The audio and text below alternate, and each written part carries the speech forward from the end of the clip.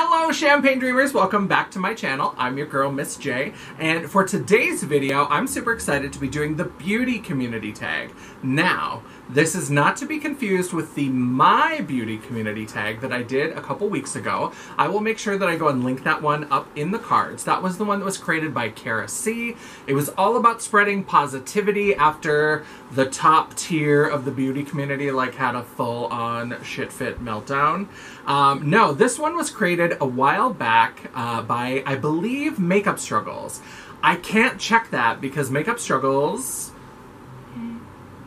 deleted her channel. She is no longer producing content on YouTube and she got rid of all her old videos. It still makes me sad, still a little bitter.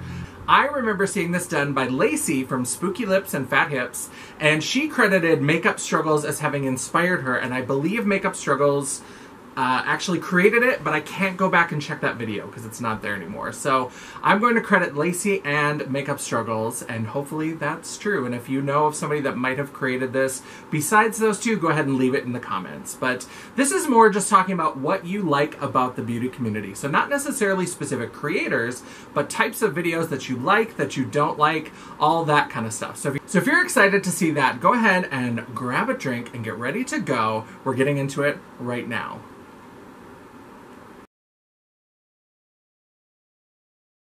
So question number one is, what are your favorite videos to watch? And in the beauty community, I have always talked about how I love old school YouTube. And for me, what old school YouTube is about is tag videos like this video. I love tag videos. I love challenge videos like the Full Face One brand, the Black Owned Makeup brand challenge. Even when people are doing weird shit like painting their face with boob pads and all that kind of shit. I love it. I love a challenge video. One of my earliest videos that I did, my favorite video challenge thing on YouTube is when they have husband or boyfriend guess makeup prices. I absolutely love that. And so I did record that. Again, I'll make sure I link that up in the cards so you can see that. I am not married, hashtag forever alone, but I have a stage husband from when I was in Hairspray, and I'm actually wearing my Hairspray shirt today. This is my commemorative Hairspray shirt from when I was in a production of Hairspray with the Empire Theater Company in Grand Forks. I was Edna Turnblad. It was a bucket list role. I had so much fun. I still love all my Hairspray babies from that show. And so I had Hiram, who was my stage husband. He was my Wilbur. He's timeless to me. And I had him come in and he guessed makeup prices. So that was a lot of fun, so I will link that video for you. And if you missed it in the cards, you can catch it down in the description box. Another thing that I've really been getting into is single and palette curation. And Emily Hanhan has really been driving this. I will link her channel down in my description box. I love her sort of overhead filming where she curates different palettes. She's been doing a Duping the Vibe series where she duped the vibe of the Colored Rain Juicy Boost palette, the Vintage Rose palette from Give Me Glow, which I am a monster, so I just bought, but her version was pretty cute too. So I love her overhead palette creation videos. I just think they're relaxing. I think they're fun to look at her swatching and comparing all of the different shades. It's a lot of fun. So those are my favorite videos to watch.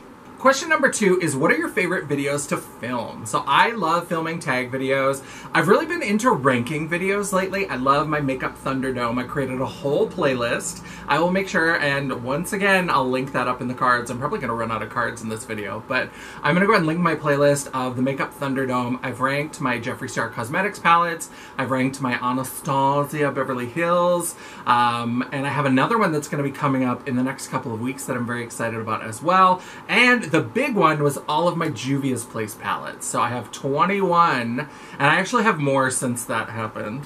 Because I'm a monster. I'm friends with a monster.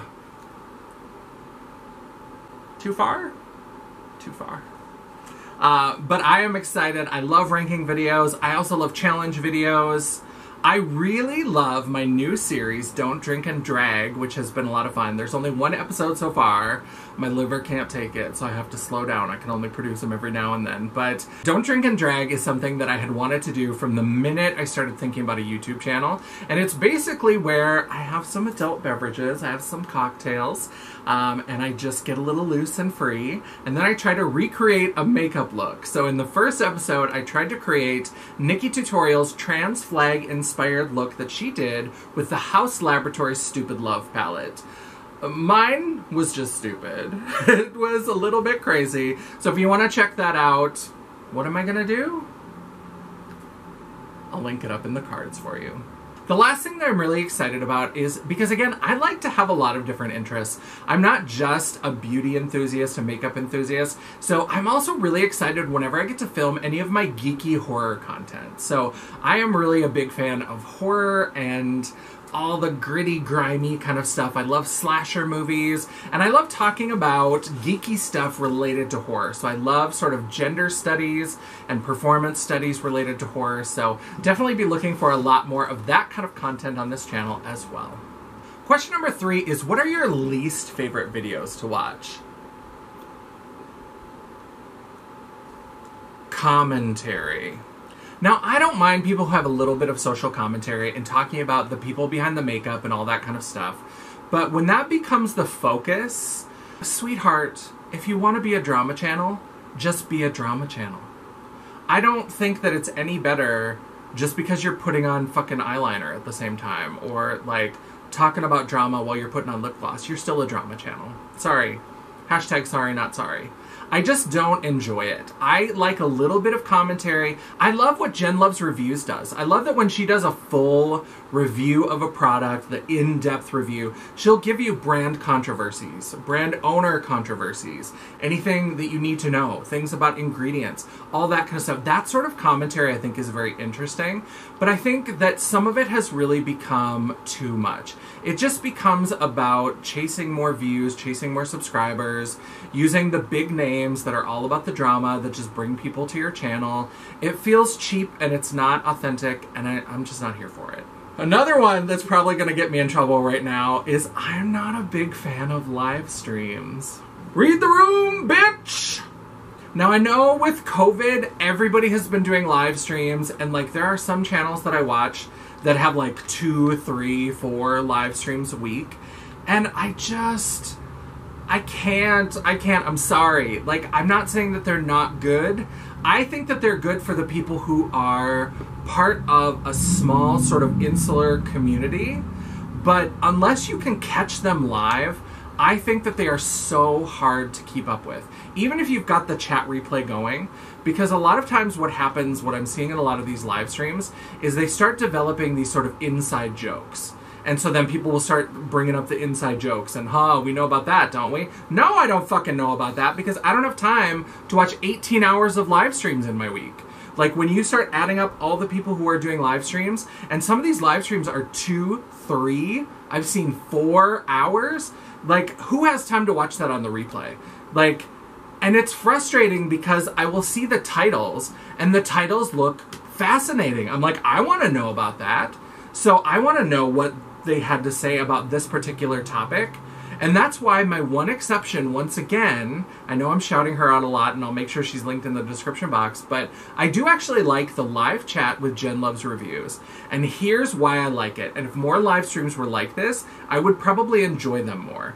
Is that, number one, there's a dedicated topic, and it's a set amount of time. She sets aside an hour. We are going to have a live chat for an hour from this time to this time. And so she has a topic, and she'll talk about the topic, and then she'll go into the chat and she'll sort of talk through, oh, here's what I think about this, this person asked this, and then they respond to it. And so she'll kind of restate the question and then go in and answer it. So you don't have to be watching the chat replay to follow along. You don't have to be kind of trying to keep up with it, and I love that. Because sometimes, like, especially those live streams, I just want to have them on while I'm doing other things. I don't have time to be watching the chat, and then sometimes things get deleted out of the chat. It's a whole thing. So I know, read the room. Everybody's doing live streams. It's huge during quarantine or whatever. I just don't love it. I'm sorry. The last type of video that I'm not a big fan of is anti-hauls, and I used to love them. I don't love what anti-hauls have become. Because in some ways, anti-hauls have just become a new release, will I buy it or not? So they just review everything, and it's like, well then just do a new releases and talk about why you would or wouldn't review it.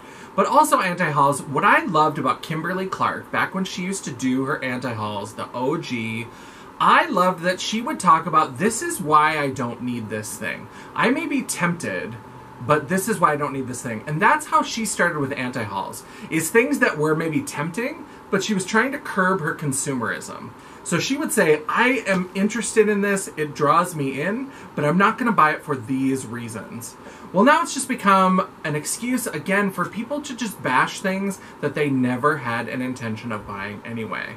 So here's the deal. If you've said on your channel 50,000 times that you're not going to buy from Jalopity Staircase, then I don't need you to anti-haul every fucking one of his collections, because I already know. You've already said that. Here's where I'm going to, like, point a finger a little bit, but you still want to put his items in the thumbnail. You still want to use his name to get some clicks and get some views. And so it just feels cheap to me. It's sort of like that whole commentary drama thing of, we all know that most of these people are not going to buy Jalopity Staircase. So why do we have to talk about him in every anti-haul? That's not an anti-haul. I knew that before I came in here. I'm here to find out why you're not buying these new products that are coming out. And if you've already established that you're not buying from an entire brand, unless you've got something compelling to say about that release, I don't need to hear it. You're wasting my time. Again, not sorry about it.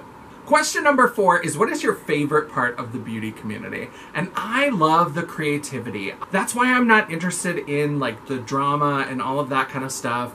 I have plenty of people that I can chat about big happenings and news and all that kind of shit with. I want to see people using products and creating interesting looks. I love to see how people will take products and use them in unexpected, fun ways. So I've been loving, Emily Hanhan has been doing a lot of blush draping. I've been loving that. Audra at Home has been doing a lot of graphic eyeliner looks that I think are really cool. I'm trying to think of other things. I just really love Angelica Nyqvist from Sweden. This look that I have on today is actually created using 3 of the new Sweet Shop palettes from BH Cosmetics. And Angelica Nyqvist had, I think, 2 of the palettes that she did kind of a pink, purple, blue look with. I used 3 of them. I used Cotton Candy, Bubblegum, and Cherry on Top to create this sort of red to blue gradient with the purple in the middle. And so I have a Face Friday, which is a full walkthrough on my website, janessaj.com. I will link that down in the description box, so if you want to see how I got this look, you can see a full step-by-step walkthrough. But I love what she does with color. I love her crazy, fun color combinations. I think she picks really interesting shades to work together. So that's what I love to see. The other thing that I really enjoy is just the new crew of beauty YouTubers. I love that beauty YouTube is not just the people with the pristine white backgrounds with a little pot of gardenia flowers and some twinkle lights and maybe some gold accessories. You know, that like standard with the Alex drawers, the backdrop that every beauty YouTuber had for a while. That's why it took me so long to start my channel, because I really felt like, oh, if you're going to be a beauty YouTuber, you have to be perfect. You have to look beautiful, you have to be skinny, you have to have this certain look, you have to have the perfect backdrop, you have to have all this expensive equipment. And I think that now what we're seeing in the beauty space, especially among micro-influencers, but we're also seeing a lot of those influencers are starting to have some growth and really gain some traction, which I think is amazing, is that you're starting to see people who just look like regular people using makeup, which I love. Now, I'm not a regular people. I'm hashtag hooker clown. But I love that it's not just the sort of pretty, perfect Instagram photo people that are making beauty content. So I really appreciate that about the YouTube beauty space. Question number 5 is, what is your least favorite part of the beauty community? And this for me would have to be probably gatekeeping. And I feel like I've heard a lot of conversations about gatekeeping lately. And I'm interested because I find that even a lot of the people who are talking about gatekeeping and criticizing gatekeeping do some gatekeeping of their own. I think that we don't live in a world that's very good at allowing people to be different. I think that what I love getting into the beauty space is that there's all these different people who have different perspectives, different needs, different wants, and are talking about makeup and are talking about their love of makeup and using products and showing me how to use it in different ways and think about it in different ways and all that kind of stuff. And that's great, except that in this small space, sometimes there's not a lot of room for people to disagree. So if you disagree about certain brands, you better be ready for people to just like ice you the fuck out. So people talk about how friendly and open the beauty community is, and it is sometimes, unless you like things that they don't like, or unless you don't like things that they do like. And so sometimes things get a little bit nasty, and I don't like that. I'm not a fan of that. And I like that it's, for the most part, it is very open and welcoming, but I just wish there were less gatekeepers. And all of that, anytime somebody comes out with a new makeup brand, there's been a lot of this now with James Charles, who said that, you know, why is this person coming out with a makeup brand? I forget who he said it about first. Oh, it was Alicia Keys. He went, when Alicia Keys announced that she was doing something with e.l.f., he like went on a rant about, you have no business having a makeup brand. And then he apologized and said, I shouldn't be a gatekeeper. But then Lauren Conrad came out with it, and then he like ranted about her makeup brand. And it's like, stop with the gatekeeping. It's stupid. But just let people live. Like, the market will figure itself out. If Lauren Conrad shouldn't have a beauty brand, then guess what? She'll make shitty products and nobody will buy them and the makeup brand will go away. That's how life works. That's how capitalism works. That's how the market system works. So we don't need people like fucking James Charles. Bye, sister. Like, we don't need them to be trying to gatekeep for us. And we don't need to be gatekeeping each other about which brands we like and don't like. Another thing that I'm not really a big fan of in the beauty community is something that I've seen fairly recently, and that is selective outrage. Because people are combining beauty with commentary so much, and again, I'm not talking about holding people accountable and all that kind of stuff. Like what you like, don't like what you don't like, that's fine. But the sort of selective outrage that we have, where suddenly a company, if you don't like something about that company, then it just becomes open season to like ream them about anything. But then other companies that do the same thing, you don't say a word. And so it was never about the fact that they were doing this one thing. It's this older thing that you don't like them for. Well, okay, don't like them for that. But then that doesn't change the products. Let me give you an example. I think about this with the Pride collections that came out this year. So Morphe came out with this little palette. This is the 10G Glisten Up. This is a 10-pan eyeshadow and pressed glitter palette. And they also did some brushes, they did a lip gloss, and they did a makeup setting spray. And then we have Danessa Myricks, who did a Pride bundle. She took 3 of her cream colors, as well as 3 of her cushion colors that already existed in her line, put them together and called it a Pride bundle. Now, Morphe got read to fill 3 ways from Sunday about having a Pride collection. Everybody was going on and on about how it's just, you know, pandering, it's just trying to use rainbow capitalism to make money, it's a cash grab, it's all this kind of shit or whatever. Morphe created brand new products, and they gave a donation. This year it was to Glisten, that's why the palette is called the Glisten Up, a minimum of $50,000 based on the sales of the product. So they were giving the profits from the collection with a minimum donation of $50,000. I didn't hear what the final donation was, but it's a minimum of $50,000. They created brand new products, and people read them to filth. Now, Danessa Myricks, who's an indie brand, a black-owned makeup brand, which is great, and I'm not above supporting indie black-owned makeup brands. Obviously, I bought both of these Pride collections, so I don't have beef with either of these brands. I'm fine with it. But what I thought was interesting is that nobody said anything about the fact that Danessa Myricks had a Pride bundle. Now, she didn't create any new products. She just took 6 products that were already in her line, 3 cream colors and 3 cushion colors, and she just called it a Pride bundle and sold it. Now, with the sales of that Pride bundle, as far as I can tell from her website, from her social media, there was no donation made to any sort of charitable organization based on that. So why are we screaming and ranting about Morphe, who created brand new products to celebrate Pride and is giving a minimum of $50,000 to one of the best, most upright LGBTQ plus charities in the country? But another brand puts together something where they just throw together a bunch of products they already had, slapped the word Pride on it, and I was looking at their Instagram, didn't feature any out queer creators, or if they did, they didn't say that they were out queer creators. The only real posts I saw promoting the Pride bundle were of the products themselves. And we don't say a word, we're just sort of fine with that. So, the selective outrage. Are you mad at people using Pride to, like, grab money? Or are you not mad about it? Or is it only okay for some people to do it and not others? That's the kind of stuff that I don't like, and that's why I don't get into some of that commentary stuff, because it's so selective. Is people have people and brands and things that they already don't like, so they just make commentary about that and ignore other people that are doing the same thing. And that's the moment where I got canceled on YouTube. Question number 6 is, what motivated you to start your channel? Ego? 'Cause I got a big ego.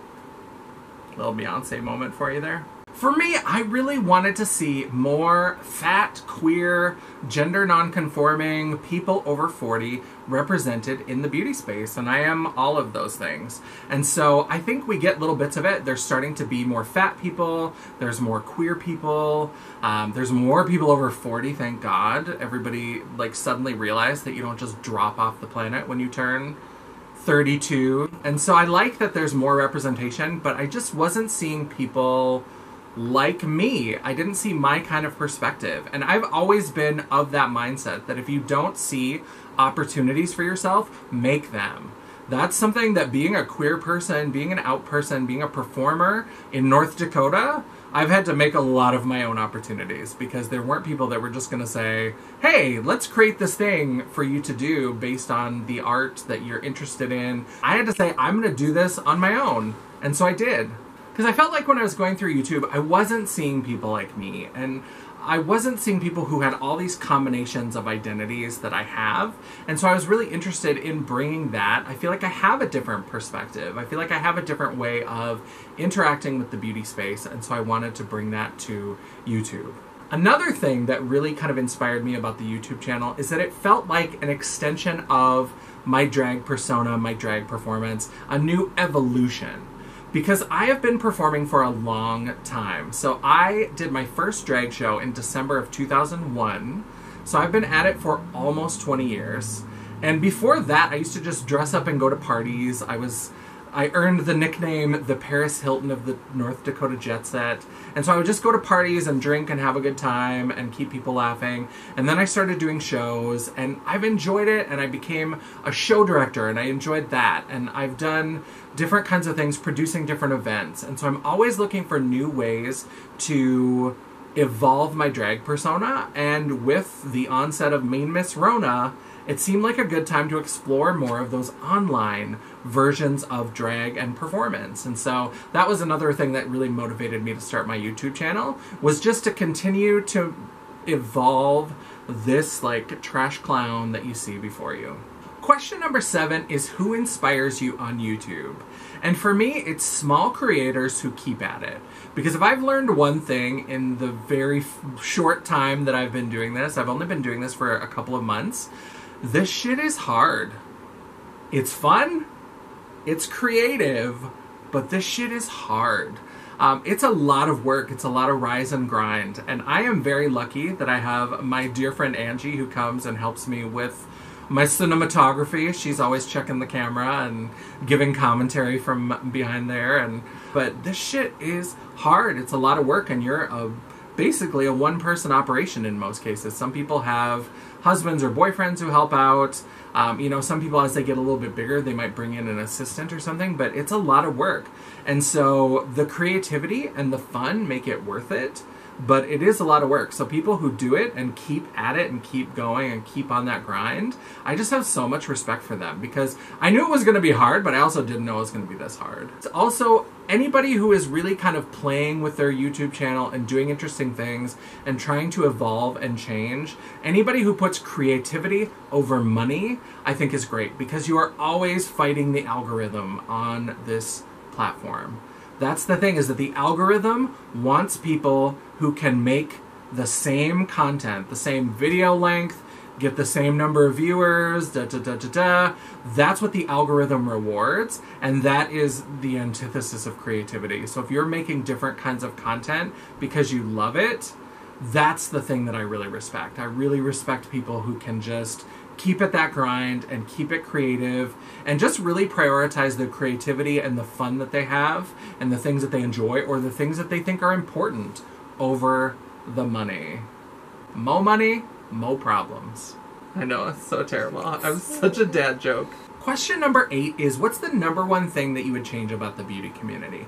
And I think I would say less negativity. And what I mean about that is really just some of the things that I've already touched on in this video. Making the commentary about makeup and about the beauty space be more relevant to the people and the products and what's happening now, and not dragging up things that happened 15 years ago, 12 years ago, 10 years ago. What's the behavior now? What are people doing? Commenting on what the current state of the beauty world is, and not just saying, well, this happened a dozen years ago, so I'm never going to forgive this person. You don't need to keep saying that. Once I've heard that, and I know that you're never going to forgive somebody for shit that happened a dozen years ago, I already know that. You don't have to repeat it in every single video.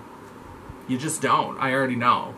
If you've made it clear you're never going to forgive someone, like, repetition is just repetition at that point. It doesn't add any value to my life. Another thing that I think I would love to see more in the beauty space is people focusing less on the competition. And I think that a lot of the toxicity that we saw in the upper echelons of the beauty space was all about people being jealous and nasty towards who they perceived as their competition. And they really believed that if somebody else had more success, that meant less success for them. And I don't think that that's true. I think that if people focus less on what are other people doing and focus more on themselves, you're just going to create better content, and that's going to lead to success. And somebody that I really think about when I think about that is somebody that was in our cast of Hairspray. And I want to shout her out because I absolutely adore her. Her name is Anne-Marie, and she was our Motormouth Maybelle. And she is phenomenal. She has a beautiful voice. I just saw her again in another production, the Great American Trailer Park Musical. She was so funny and so good.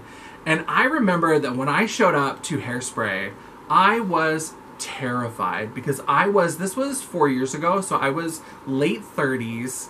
I come from a small town where we didn't have the option of taking voice lessons, of taking dance lessons. So I'm almost 40, no real dance experience, no voice lesson experience. I can kind of read a little bit of sheet music at a very basic level. And I'm walking into this with all of these super talented kids who have been taking dance lessons and voice lessons since they could walk and talk. I think that in those kind of creative places, sometimes people feel the need to it's almost like a little bit of a pissing contest where they're like, I'm going to show you how talented I am so that you know that, don't try to encroach on my space. And not that anybody in Hairspray was like that, but I walked in there just being intimidated by everybody and all of their talent. And especially Anne-Marie was so wonderful. And she showed up the first time she sang through that I Know Where I've Been, which is the big power ballad that Motormouth Maybelle does in Hairspray. The first time she sang through that, our accompanist, who's known for being a little bit snarky, and he's a little bit it's hard to get a compliment out of him sometimes, let's just say. I remember that it was the first time she ever sang through it. We had never practiced it. We had never done anything. She just picked up the sheet music. She sang through it, and it was like a fucking show day performance. It was phenomenal. And she was 19 at the time, I think. Super young. And he even, at the end, our accompanist, turned in his piano chair and was like, ladies and gentlemen, Anne-Marie, and gave her a little bit of applause, and then just went back to the piano and what he was doing, which I was just and everybody looked around and they're all like, we got to pick up our game, we all have to be that good because she is phenomenal. but not a single drop of attitude or ego. She never makes you feel like you have to sort of compete with her. She's so giving, and if you ask her about things, or if you ask her for advice, or like, how did you like pick the way that you sang this, or anything about the performance, or she's wonderful and so giving and sweet. And that's what I want to see in the beauty community. You know, I'm a Mean Girls fan. On Wednesdays we wear pink, and I love that at the end she has that realization, like, calling somebody else fat is not going to make you any skinnier. And that's what I think we need to remember in the beauty space and in the whole world. Focus on yourself and be the best competition for other people that you can be. Stop obsessing about what other people are doing, because that's where we get into all that nastiness and like infighting. Because if you don't work on yourself, your only other option is try to sabotage and try to push people to the side. Focus on making yourself the best that you can be, and that's how you win. And that's how we all win. Question number 9 is advice for new creators. Be ready to grind. Rise and grind, bitch. It's a lot of work. It's going to be a lot of work. There's going to be a lot of a learning curve. I'm still trying to figure out how YouTube processes those videos. I have to give myself like a 2-day lead time, because I feel like the editor that I use takes forever to export it into something that I can upload to YouTube. And then YouTube, I still don't understand their process, because it uploads, but then after it uploads, it needs to process. And sometimes after it's uploaded but not processed, it'll let you click through and like finish it. But the videos that I've uploaded like that have had shitty quality, and I don't understand it. It's a lot of work. It's a lot of technological stuff. But you can definitely figure it out. I am tech challenged all day long.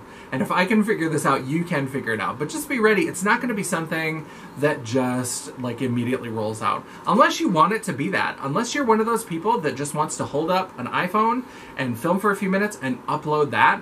I don't need to do all the editing that I do. As much as I am frustrated by it sometimes, I do actually kind of enjoy it. But you don't have to do that. You can make it whatever project you want it to be. But just be ready for it to be work. I think people sometimes think it just sort of magically happens. Or they think that you're going to upload one video and suddenly be like James Charles internet famous. It's not going to happen.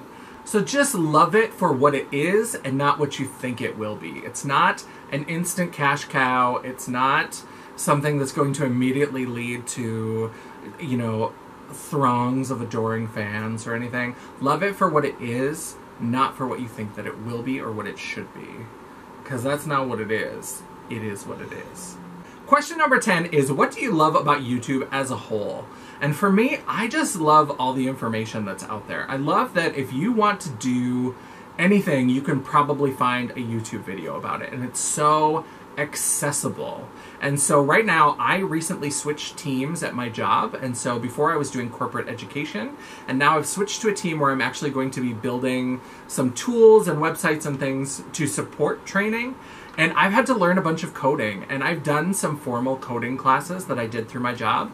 But also part of it has just been going to YouTube and watching these playlists of people teaching you how to code and teaching you how to bug fix and teaching you how to do all of these different things. I'm just so butch. I accidentally pulled the handle off my stove, and I was like, what the fuck? Like the oven door handle just came off in my hand. I was like, this doesn't seem right.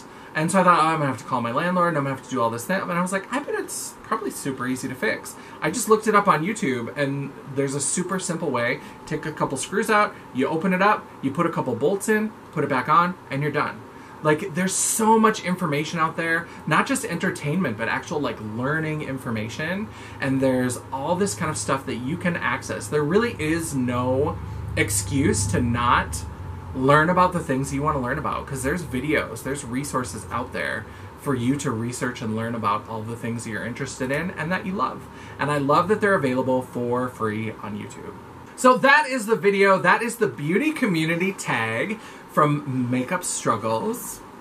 May her channel rest in peace. As far as I know, she's still alive. It's just her channel that's gone. I hope you enjoyed it. Please let me know in the comments section what you think about what I've said here. I know that some of it is probably a little bit incendiary. I feel like maybe there's some shots fired, but I said what I said, and I really do feel that way about the beauty community. I think that it's a lovely, wonderful, frustrating, creative, restricting, expanding kind of place. It's so jumbled up for me, and I have so many feelings. I have all these feelings.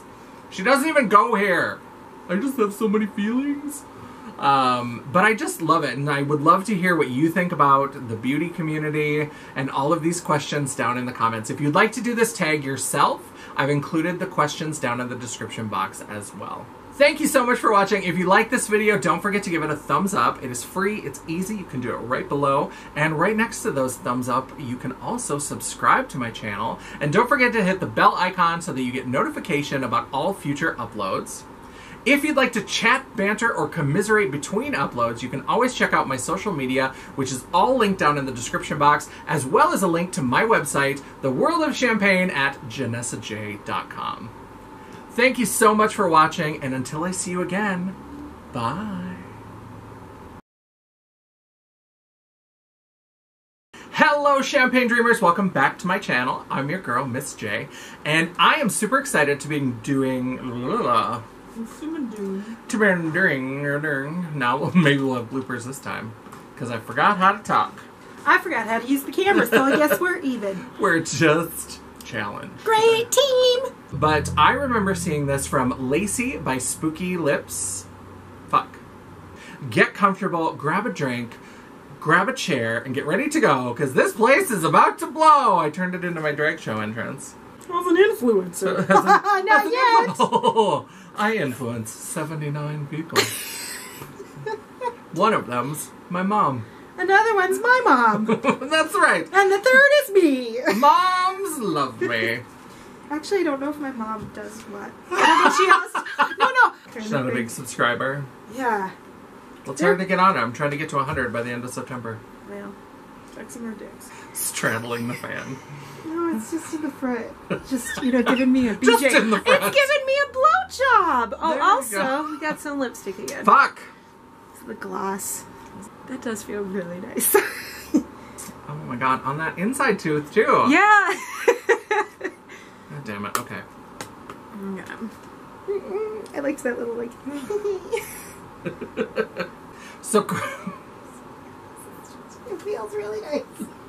Oh, we're shaking a little. We're shaking. Shake. I love what Jen Loves Reviews does. Ugh. It's not, I don't know if ironic would be the term, but you are a fan of your Facebook. And Facebook Live, yes, I mean, know. it's a different platform, so we could say that, but that's what I see you is when I'm crafting. Yep. And the things that I hate on the YouTube live streams are the things that I notice that I do on Facebook as well. Because I will get distracted by comments super easy. Like someone will say something, and I'll jump out and start talking about it, and I hate that. I hate that even I do it. Yeah, and then this is just me being snarky, but some people who, like, are feeling they're going to have a one-on-one conversation with you in their comments, and it's like, you're talking about other stuff, so you're not going to be like, you're trying to be polite back and forth. Yeah, and then people, like, and sometimes they'll get snarky with you about, like, are you ignoring me now? And it's like, I'm fucking on a live video. Like, well, I'm not fucking on a live video, but I'm on a fucking live video. That's when you really need somebody. I know, that's OnlyFans coming in September. So hopefully that's not when your mom pops in and says, hi! Hi! Hi, Mom. Just welcome to the orgy. That should be the name of an album. Hi, Mom, welcome to the orgy. Hi, Mom, welcome to the orgy. Oh, classy.